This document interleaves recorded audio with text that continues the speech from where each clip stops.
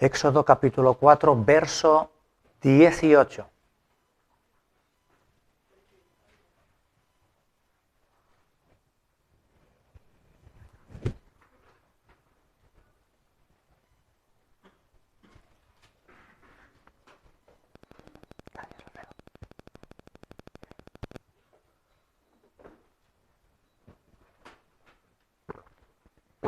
¿Lo tenéis? Éxodo capítulo 4, verso 18.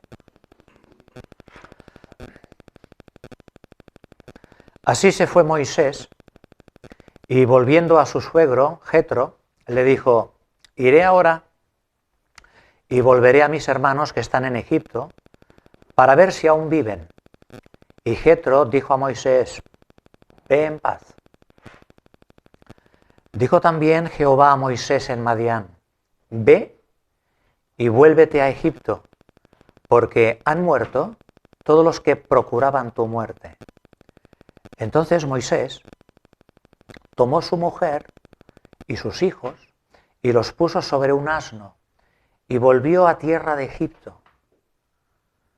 Tomó también Moisés la vara de Dios en su mano. Y Jehová dijo a Moisés: cuando hayas vuelto a Egipto, mira que hagas delante de Faraón todas las maravillas que he puesto en tu mano, pero yo endureceré su corazón, de modo que no dejará ir al pueblo, y dirás a Faraón: Jehová ha dicho así, Israel es mi hijo, mi primogénito.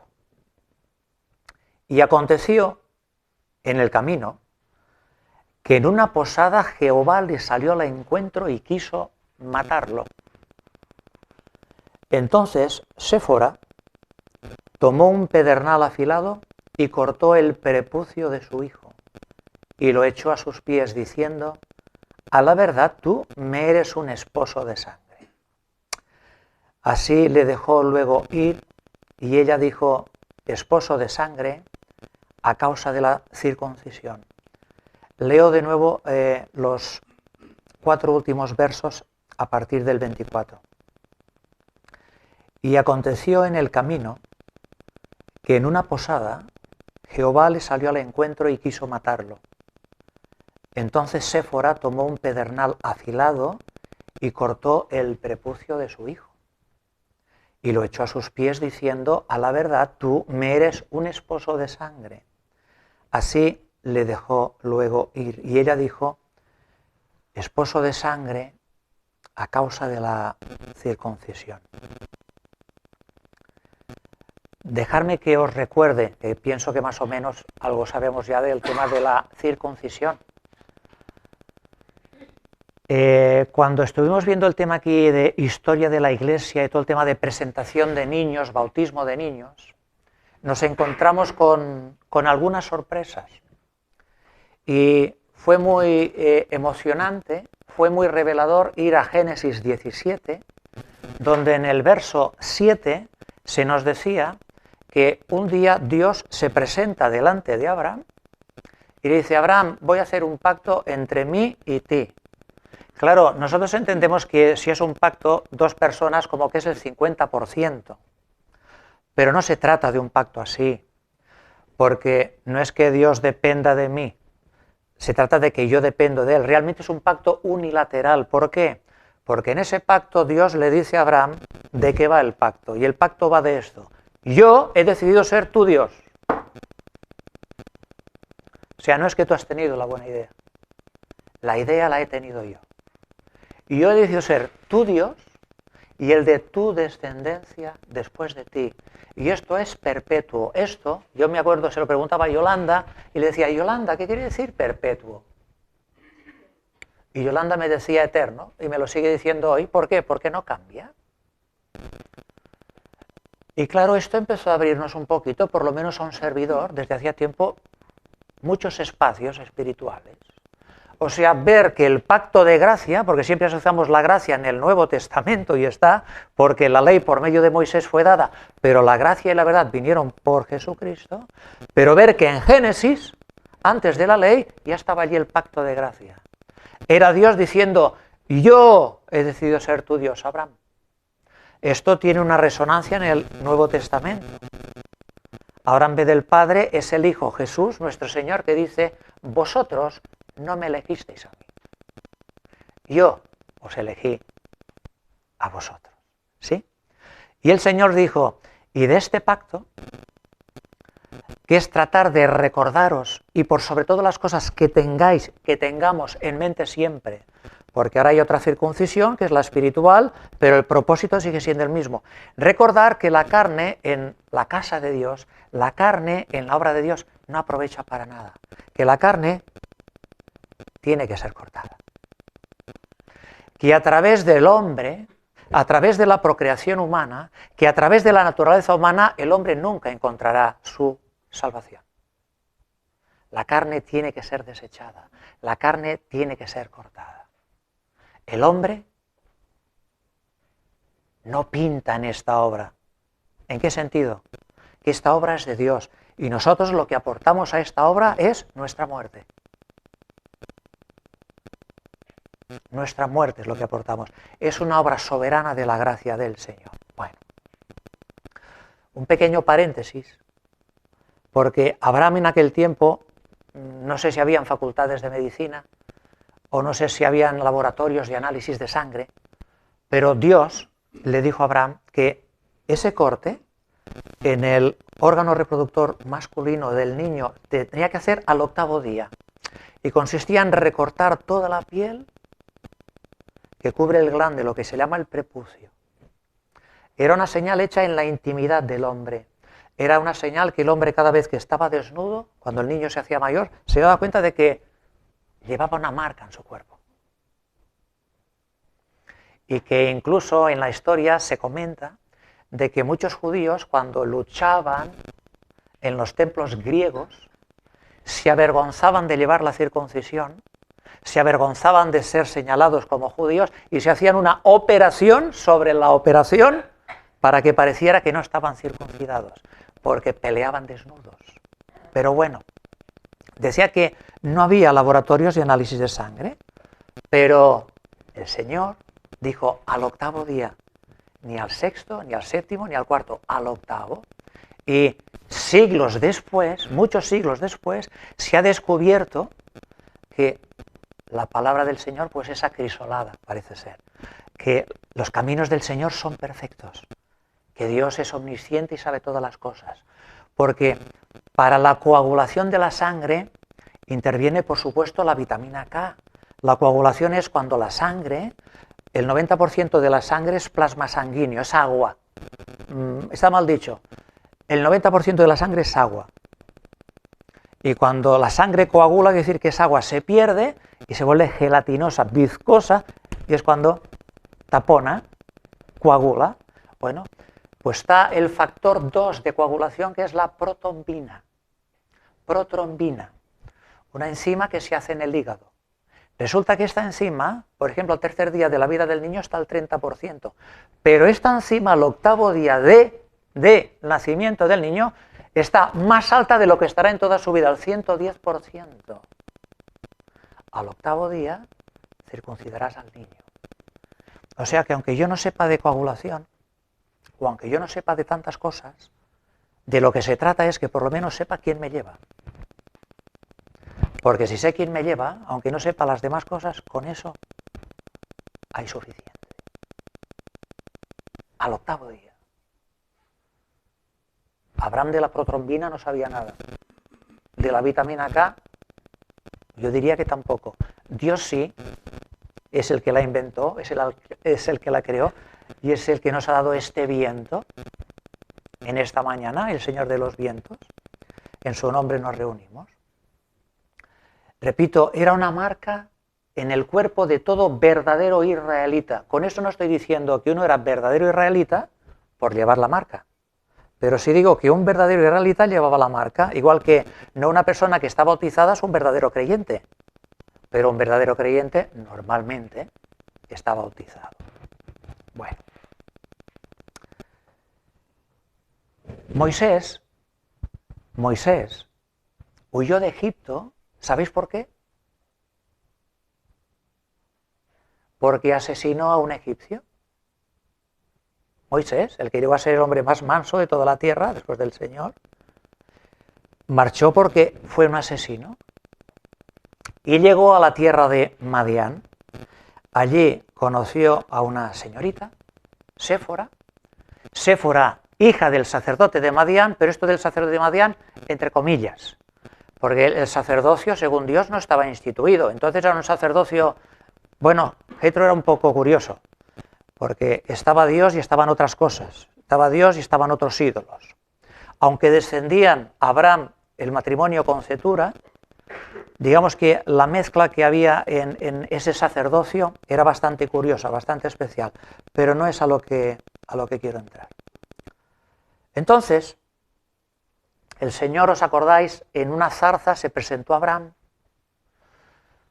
Abraham se acercó y el Señor le comisionó y el Señor le llamó para ir a Egipto a rescatar a su pueblo. O sea, lo que Moisés quiso hacer antes, con este brazo, asesinando a un egipcio, el Señor lo lleva a la Universidad del Desierto, allí arregla un poquito el corazón, y dice, mira, ahora llega el momento en que vas a hacer lo que querías hacer, pero no lo vas a hacer como lo querías hacer o como lo hiciste, lo vas a hacer en el Espíritu, porque la ira del hombre no obra la justicia de Dios.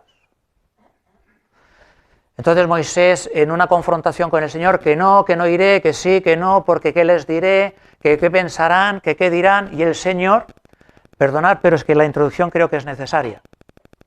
Ponte la mano en el pecho, sacó la mano, estaba llena de lepra, la puso otra vez, después le dijo antes le dijo, tira la vara que llevas, la vara se convirtió en una serpiente, vuélvela a tomar, en fin. Pero que no había manera. Al final le dijo, tu hermano Aarón te acompañará, y bueno, parece que Moisés allí ya firmó el contrato, parece que firmó el contrato. Entonces resulta que el Señor le comisiona para ir a Egipto,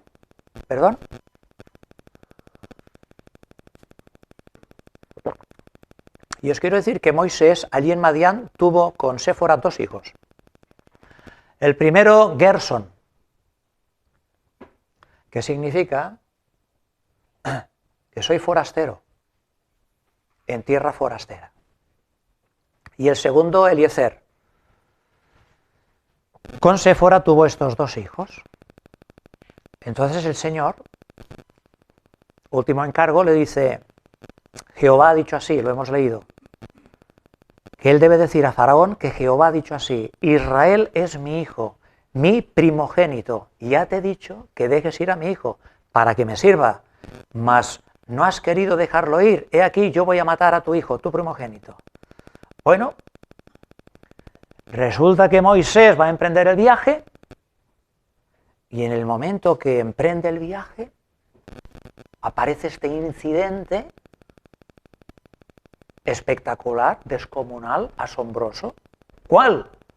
Que Dios sale a su encuentro para matarlo.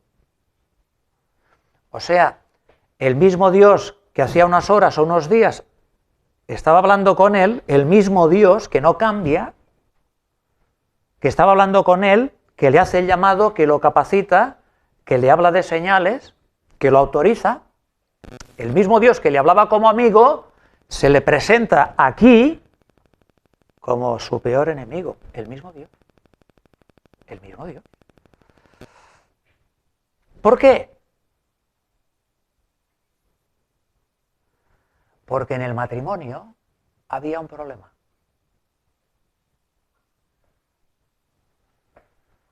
En el matrimonio, en el libro de familia, faltaba un sello. La familia no estaba en orden.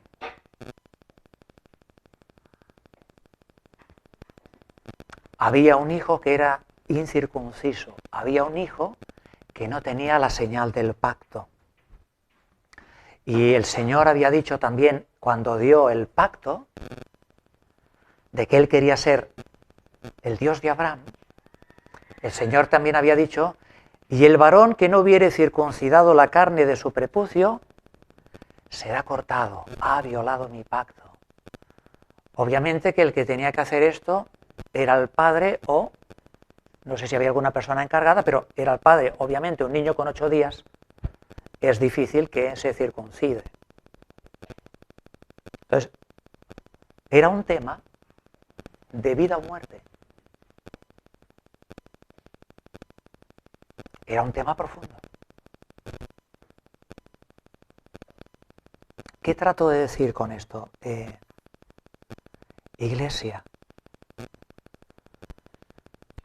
¿por qué sucedió esto? ¿Por debilidad de Moisés? ¿Por descuido de Moisés? ¿Por oposición de Séfora?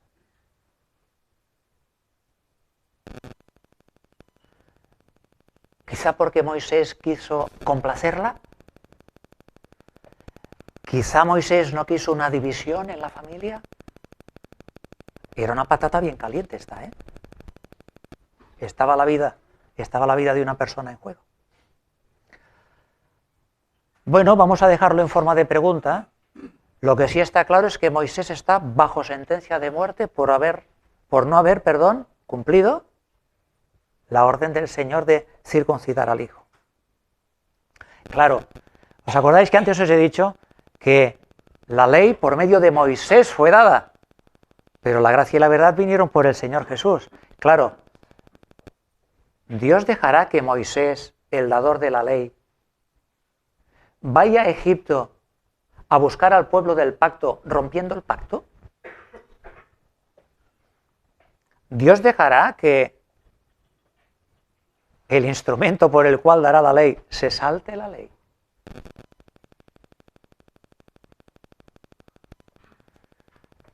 Dios hará que al pueblo del pacto enviarle un siervo que tiene que guiarles a ellos, al pueblo del pacto, y el que los va a guiar se salta el pacto. ¿Creéis? ¿Creéis? O dicho de otra manera, yo podré enseñar a los demás de juicio, de muerte, de vida, de salvación, si en mi propio corazón, si en mi propio espíritu no tengo la autoridad y la verdad de tales cosas.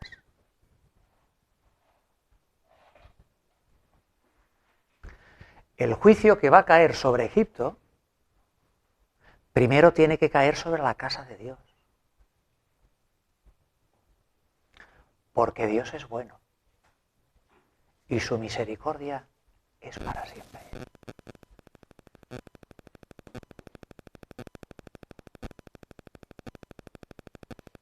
Porque Dios como Padre se ocupa de sus hijos.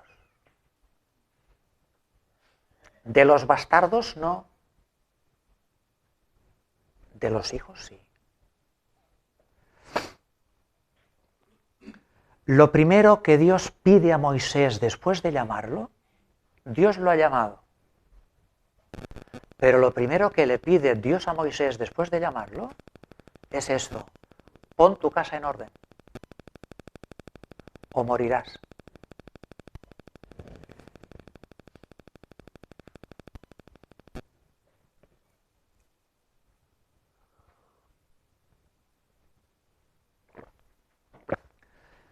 Que Dios esté dispuesto a matar a su máximo siervo, al que Él ha comisionado, es prueba innegable de que para Dios el orden o el desorden familiar, para Él es vida o muerte espiritualmente. Así no vas.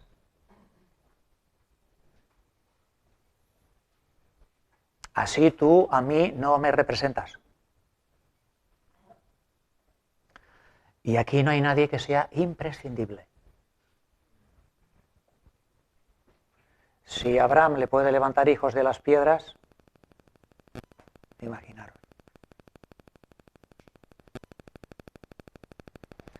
¿Cómo ama Dios a sus hijos? ¿Cómo Dios es el Dios de la familia? ¿Cómo una iglesia es la familia de Dios? Y una iglesia existe porque, hombre, por la voluntad de Dios, porque Jesús la edifica, y la iglesia son familias. Sin familias no hay iglesia. Y la fuerza de una iglesia, por supuesto, está en el poder del Espíritu Santo, en la obediencia a la palabra y en la fortaleza de las familias que la componen, en el orden de las familias que la componen. Sí, porque sin orden familiar, sin orden en una familia, la voluntad se divide. Y cuando la voluntad se divide, servir a Dios solo va a traer juicio.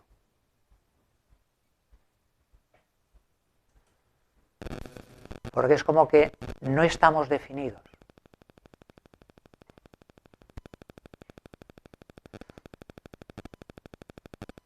De hecho, incluso en el Nuevo Testamento, una de las pruebas, ¿no?, que parecen tan sencillas, tan obvias, pero a veces tan que se saltan, para determinar la aptitud de un hombre que realmente Dios lo ha llamado a servir es esta. ¿Cómo gobierna su casa? ¿Sabe gobernar su casa? ¿Sabe gobernar su casa? ¿Quién gobierna en su casa? Bueno, es lo que Pablo le dice a Timoteo, ¿verdad? Porque el que no sabe gobernar su propia casa, ¿cómo cuidará de la iglesia del Señor? Es por amor. Es por amor.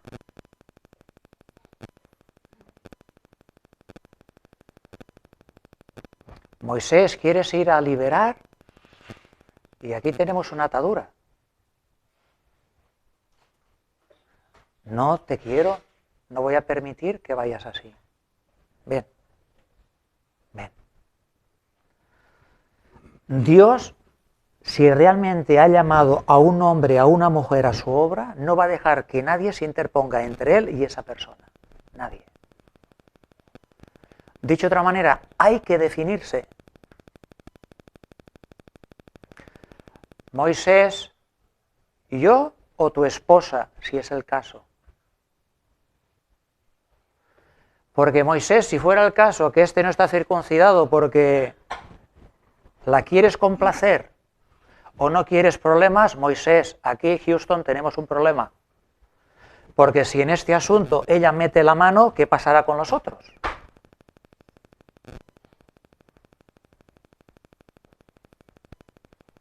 ¿Me estáis siguiendo? ¿Me estoy explicando bien? ¿Sí? Elige, Moisés, ¿a quién vas a complacer? ¿A tu esposa o a mí? Y a Séfora el Señor también la ama, ¿eh? Séfora, cuando está el cuadro, Moisés con sentencia de muerte, elige tu marido o tu hijo.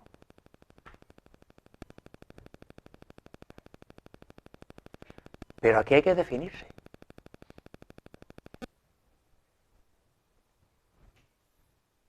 ¿Queremos servir a Dios?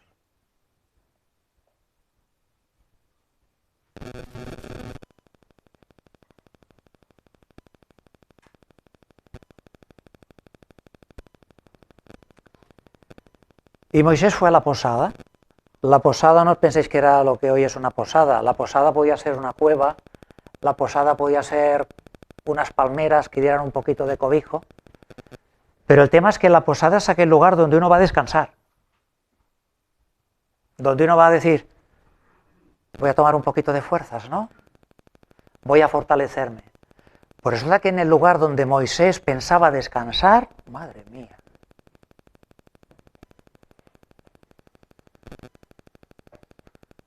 Allí se encontró con Dios. Y Dios se encontró con él. Allí tuvo un encuentro con la angustia brutal. Brutal.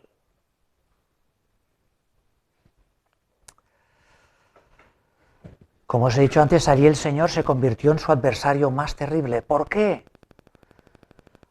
Porque los que llevan los vasos del santuario tienen que estar limpios. No solo tiene que estar limpio el vaso, también tiene que estar limpio el que lleva el vaso. ¿Me explico? Los que llevan los vasos del santuario tienen que estar limpios. Y Dios, por amor de su nombre, peleará contra la muerte que hay en mí, hay en ti y que hay en nosotros. Porque Él, cuando pelea en la muerte que hay en ti, que hay en mí, que hay en nosotros, Él pelea a muerte con la muerte y si hace falta nos matará para darnos vida. Él mata y Él da vida. Él es fiel. Él ha dicho que Él va a ser mi Dios. Y el que empezó la obra, pues, gracias a Dios, gracias a Él, la terminará. Por cierto, ¿cómo supo Séfora lo que tenía que hacer en aquel momento? Que vio que pues las patatas estaban quemando. ¿Cómo supo Séfora en aquel momento lo que tenía que hacer?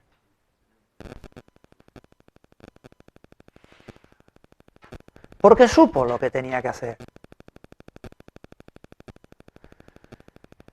Porque apareció la sentencia de muerte. Porque se acabó el juego.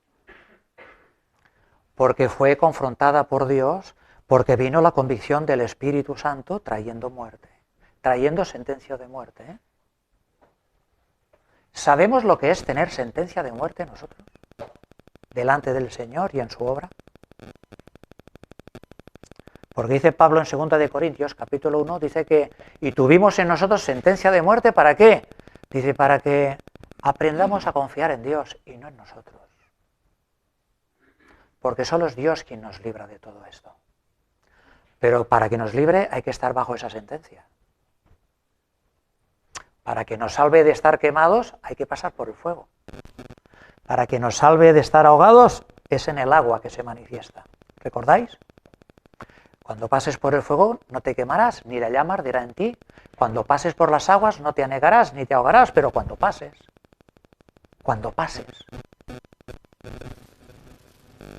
No cuando pase el otro, cuando pase yo. ¿Yo? Bueno, cuando ella vio que Moisés estaba en peligro de muerte, ¡al acto!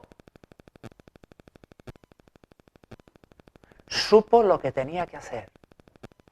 Y si fuera el caso, no solo supo lo que tenía que hacer, parece que hasta el mismo miedo, el mismo temor, el mismo horror de la situación, no solo le hizo saber lo que tenía que hacer, sino que le dio el valor para hacer lo que si fuera el caso, ella no estaba dispuesta a que nadie hiciera en su hijo. Y si fuera el caso, repito, si fuera el caso, porque no podemos hablar así, y quizá el Espíritu Santo quiere que no se hable así, sino que quede así como más en disolución acuosa, quede en polvo, en suspensión. Tuvo que hacer por temor lo que no hizo por amor. Pero lo circuncidó. Con esto, el Espíritu Santo nos enseña que allí donde el Señor ha decretado sentencia de muerte en mi vida, en mi corazón, en esas áreas, aunque trates de apartarla, espérala porque vendrá. Si no es por la izquierda, vendrá por la derecha. Si no es por el norte, vendrá por el sur. Si no es por detrás, vendrá por delante. Pero vendrá, porque Dios es fiel. Pero así no vas a Egipto. El libro de familia no está en regla. En el pasaporte falta un sello. Nunca mejor dicho. Aquí era el sello de la circuncisión. Y vead, hecha la circuncisión, el Señor los dejó ir. No hay sermón, no hay condenación, no hay culpa, no hay reproche. Hecha la circuncisión, el Señor los dejó ir. Porque Dios no busca venganza con sus hijos. Busca el arrepentimiento. al final resulta que esa angustia era una disfraz de la benignidad del Señor.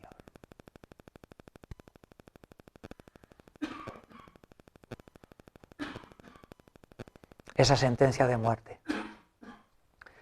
Si soy de Él y estoy llamado a servirle, Dios va a señalar qué área, el Espíritu Santo va a señalar área detrás de área específica en mi vida y en tu vida, si queremos servir a Dios, sobre las que pone sentencia de muerte y le tienen que ser rendidas. Y la sentencia llegará de una manera o llegará de otra. Quizá a lo mejor ahora podría entrar la angustia y decir, bueno, ¿cuál es? ¿Cuál es en mi vida? Sabemos más de lo que decimos. Pero en todo caso, si alguno no supiera qué tiene que rendir, ¿no? O, profesor, ¿el examen de qué será? Bueno, en este caso, si alguno no supiera qué tiene que rendir es, si quieres saberlo, lo sabrás. Si quieres conocer cuál es la voluntad de Dios, la doctrina te será revelada. En vez de ser un análisis intelectual, será esto, será aquello, me dispongo a servir a Dios y al disponerme a servir a Dios, toda la maquinaria se pondrá en marcha. Y Él con su palabra, instrumento de santificación, empezará y seguirá. Hasta que Él venga o hasta que yo me vaya con Él. Fijaros, justamente fue cuando Moisés dijo, voy, que Dios dijo, yo también vengo. Fue en el momento que Moisés dijo, voy para Egipto, el Señor dijo, esto. ¿Queremos servir al Señor?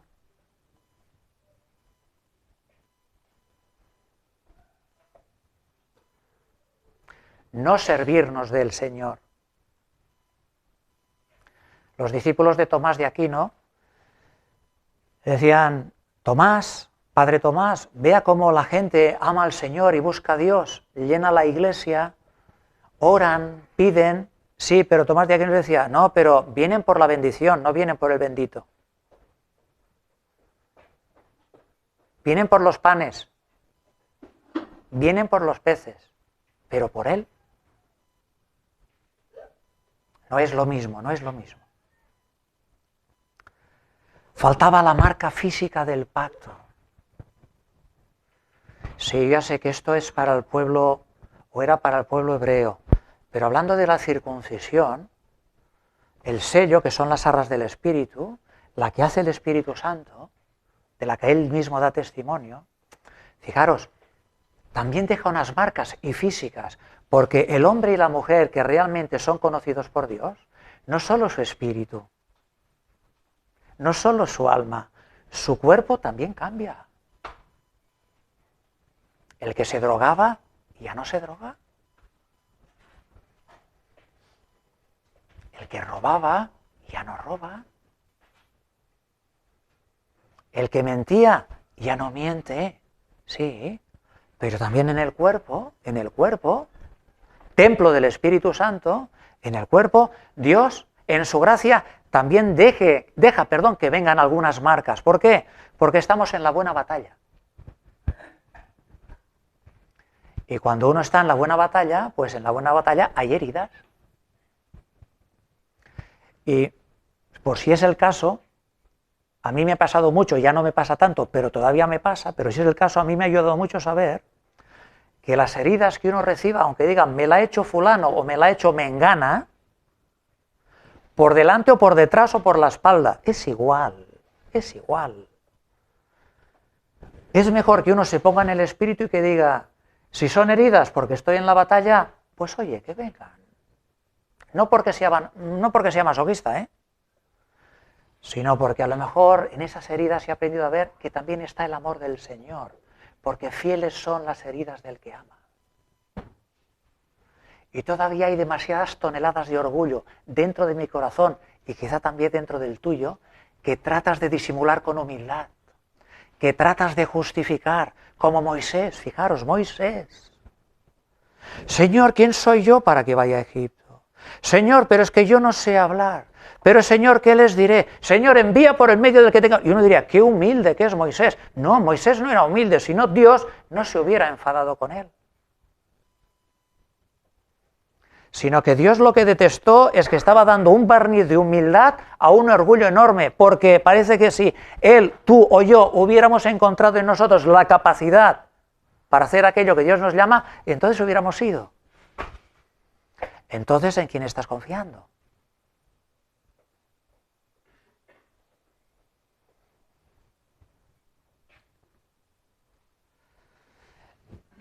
Con Séfora hay diferentes opciones, pero a mí Séfora, esto de que echó el prepucio de su hijo a los pies de Moisés, y yo por lo menos en mi espíritu esto no me acomoda bien, a mí, no me acomoda bien. Puedo entender que el ambiente no era agradable, puedo entender que había mucha tensión y mucha presión, pero así como algunos ven, pues ahora somos esposos de sangre, bueno, ya lo eran esposos, ¿no? Sino que, ¿dónde vamos a llegar con el tema este, no? Aquí al niño este haciéndole estas cosas, metiéndoles este dolor, ya lo hicimos con el mayor, ahora este, pero ¿qué es? No, esto es una barbaridad, quizá. Esto es una carnalidad. Esto es una sangría. Tantas veces nos pasa, ¿no?, que cuestionamos a Dios en el fondo, porque es a Dios a quien cuestionamos, ¿no?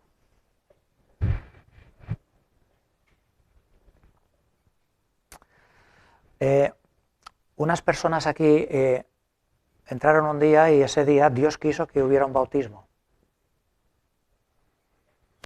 de niños. Y claro, la persona rápidamente se alarmó, ¿verdad? Se alarmó. Y bueno, después yo he sabido, mira, esta persona se alarmó. Oye, es curioso, ¿eh? Es curioso. Estas personas empiezan a leer la palabra, o estas personas se les explica un poco la palabra, y de repente son las propias personas que dicen, ah, pues yo no sabía que esto se podía ver así. Pero qué pronto somos, ¿no? Para... ¡fu! Qué atrevida que es la ignorancia, ¿no?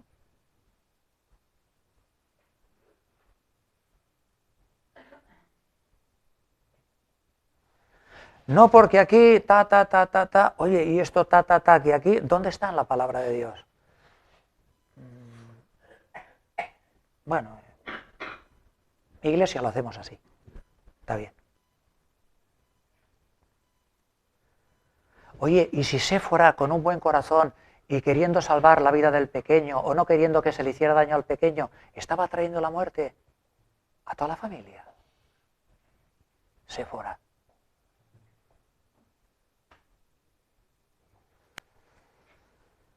Fijaros, cuando José, no Moisés, cuando José, que sabéis que José la pasó mal también, lo vendieron sus propios hermanos.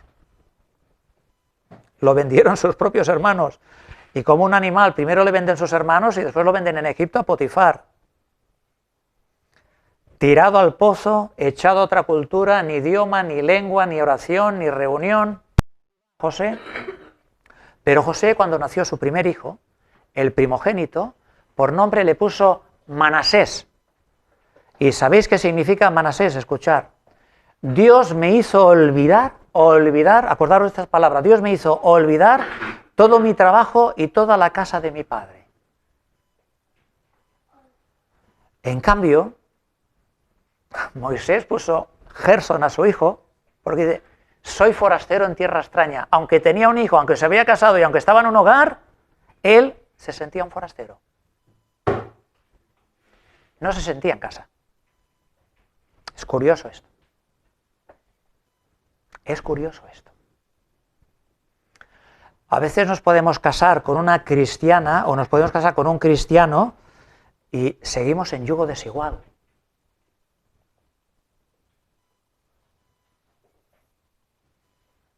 Él se sentía un extraño en su casa, se sentía un forastero en su casa. Y llevaba 40 años allí, ¿eh?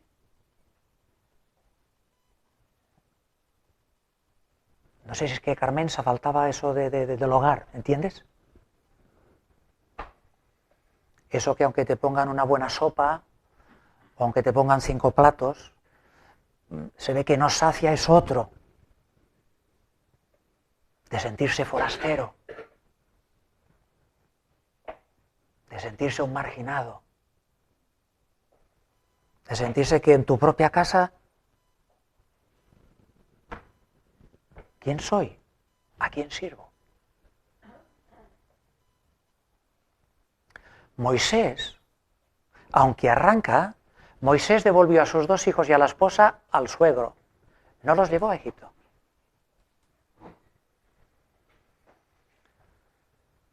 Pienso desde aquí,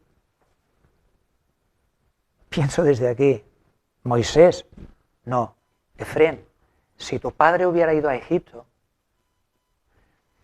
y a tu padre Dios lo hubiera asado en Egipto, como mano del Señor, como instrumento del Señor, para humillar a la nación más poderosa de la tierra, a su faraón, y avergonzar a todos los dioses paganos, ¿te hubiera gustado verlo? A mí también. ¿No los llevó? No digo que prefiriera, más la comodidad que la formación de sus hijos. Eso quizá nos pasa más a nosotros. Pero fijaros qué curioso es. Moisés, de Gersón, de Eliezer, ¿qué cuenta la Biblia?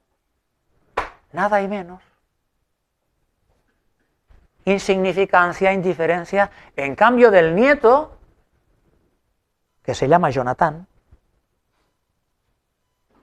el hijo mayor de Gersón, resulta que el nieto, así como el abuelo fue el instrumento para sacar al pueblo de la esclavitud, el nieto los vuelve a meter en la esclavitud, Jonatán.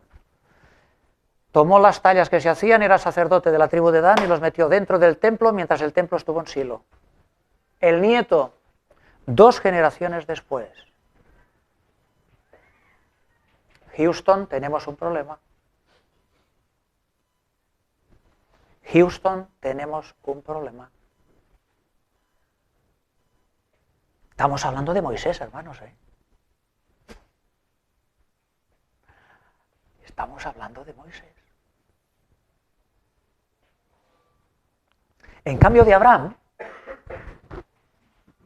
mirar lo que dice Dios de Abraham en cuanto a los hijos de Abraham. Porque yo sé que mandará a sus hijos, Dios de Abraham, porque yo sé que Abraham mandará a sus hijos y a su casa después de sí, que guarden el camino del Señor, haciendo justicia y juicio, para que haga venir el Señor sobre Abraham todo lo que ha hablado acerca de él. ¡Qué cosas!, ¿no? ¡Qué cosas! Bueno, no podría decirles cuánto debo a las solemnes palabras de mi buena madre. Cuando éramos todavía unos niños, nos sentábamos en torno a la mesa y leíamos versículo por versículo la Biblia, y ella nos explicaba la Escritura. A continuación venía la oración, y en una ocasión su oración fue así: ahora, Señor, dijo la mamá de Spurgeon y de los que estaban con él a la mesa, sus hermanos y hermanas, ahora, Señor, dijo la mamá, si mis hijos continúan en sus pecados, no será por ignorancia que perezcan. Si mis hijos continúan en sus pecados, no será por ignorancia que perezcan. Y mi alma, la de la mamá, y mi alma ha de ser un testigo dispuesto contra ellos en el día del juicio si no se aferran a Cristo.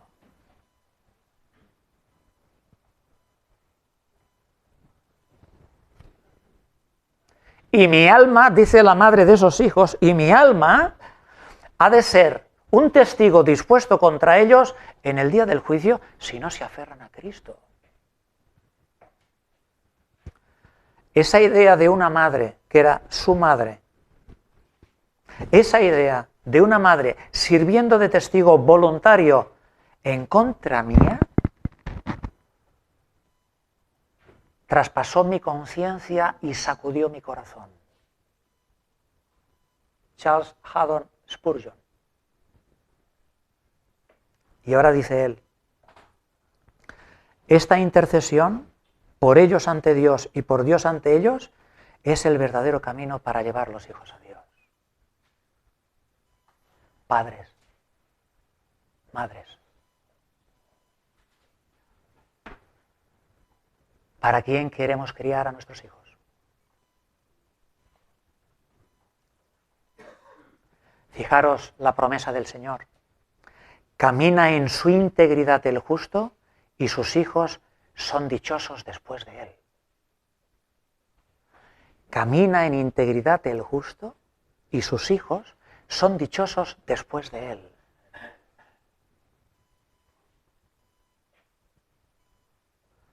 La herencia del que sirve al Señor, la herencia de un hombre, de una mujer, de una casa, de una familia que sirve al Señor, es que Dios abrirá las ventanas de los cielos sobre nuestros hijos. Dios abrirá las ventanas de los cielos sobre nuestros hijos.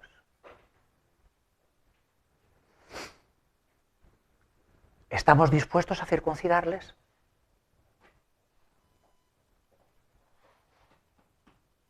¿Estamos dispuestos a enseñarles con nuestro ejemplo que la carne debe morir?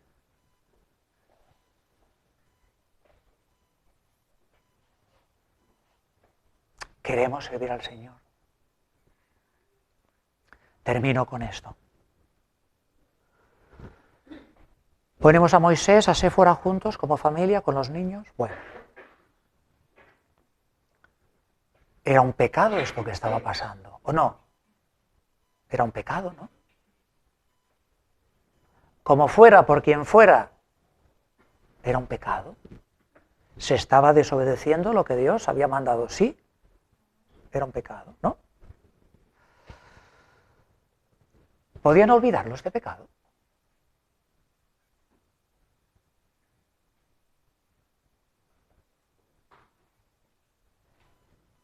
¿Podían olvidarlo? Por favor, tratarme de seguir, porque creo que hay bendición, mucha bendición en la benignidad del Señor. ¿Podían olvidar este pecado? Os diré más. Hasta le podríamos llamar, ¿por qué no?, pecado secreto. No solo si no se olvida, sino que encima es secreto. ¿Por qué? Lo sé yo y lo sabe ella, o lo sabe ella y lo sé yo, lo sabemos... Secreto.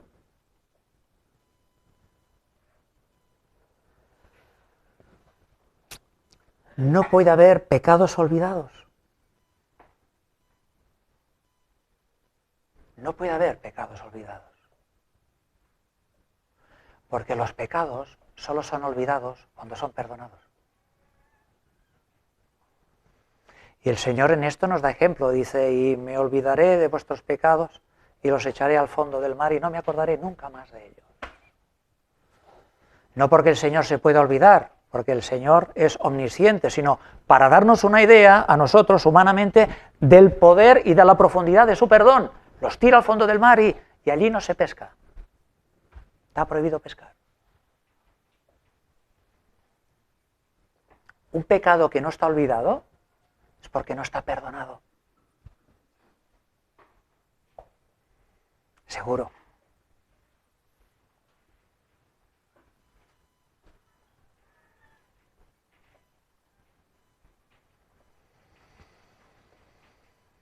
Porque los pecados solo pueden ser olvidados cuando son perdonados. Y si son secretos porque no han sido confesados. Si no han sido confesados, no pueden ser perdonados. Si no son perdonados, ¿cómo van a ser olvidados? Venimos a la misma. ¿Me expliqué?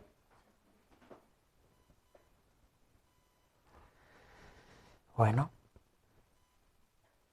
tenemos un sumo sacerdote, tenemos un abogado, que a través de uno de sus apóstoles nos dice que si confesamos nuestros pecados, Él es fiel y justo para perdonar todos nuestros pecados y limpiar nuestra maldad.